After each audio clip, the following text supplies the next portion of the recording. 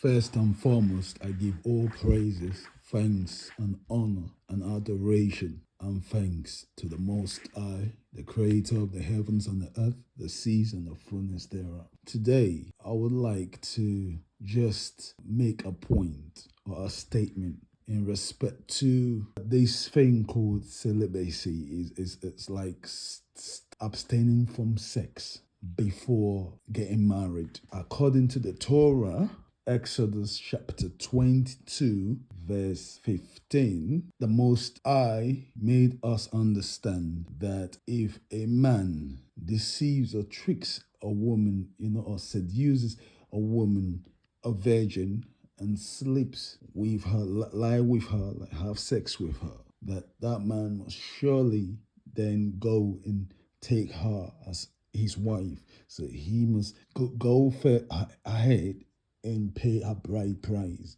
pay a father the price that he's supposed to pay to take her to himself to be his wife, right? The right thing is that a man supposed to, according to the Torah, the man's supposed to go through the father of a virgin to take her to himself as wife. So he needs to go through the father, not through her.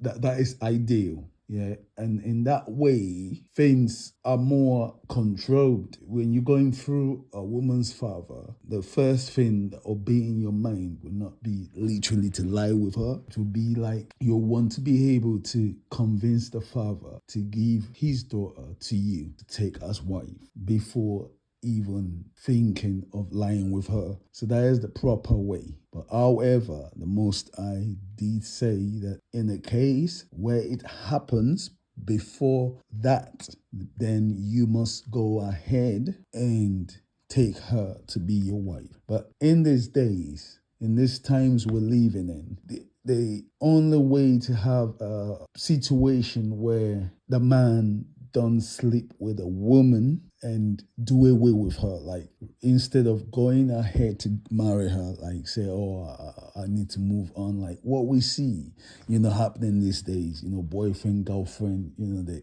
engage in sexual activities and then everyone just go their individual ways. Yeah, this is not what the Most I want. And in that way, the woman end up now going through several men. And practically the woman becomes a whore, according to the Torah, in that type of, thing, it's because there's no marriage happening, it's just sex and she's going from one man to the other.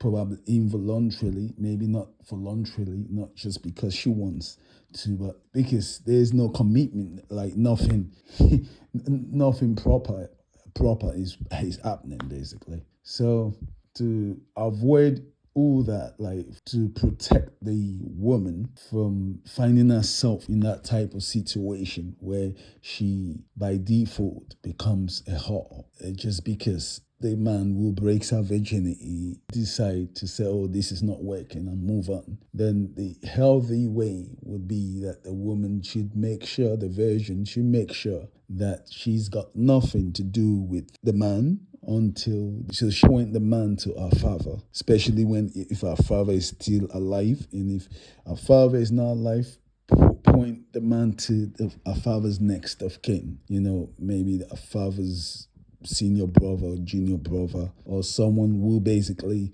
has been there as a father to her, so that the man have to deal with the father and do things properly, so which saves the woman the risk of her being slept with and left. In these days, young women, they're living alone, they're living by themselves. Like it's something that is very popular in these days, in this day and age. So in a case like that, if the woman really wants to protect her virginity, she still needs to point the man to our father. However, with a righteous man, the righteous man, even if he ends up, satisfying his lust or his desire or his urges with her before he did the proper thing by going through the father, he would still go ahead to go to the father and make that confession and ask for a hand in marriage. So righteously, no man should sleep with a woman that he's not willing or he has no intention to take as his wife.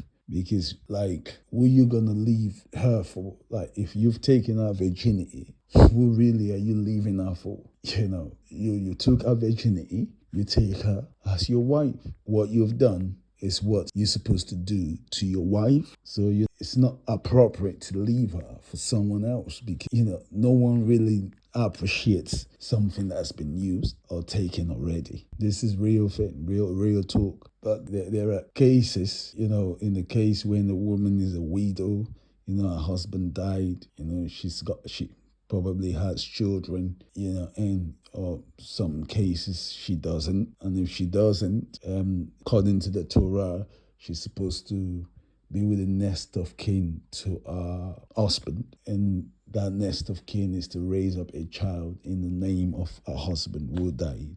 But if she has children, it would be a case of a man coming in to look after, take care of her, like to look after her, put his covering over her, and look after the children as well. The Most High is very clear, according to the Torah, about this, that sex before a marriage, before paying the bride price, seeing the father, it's not a sin.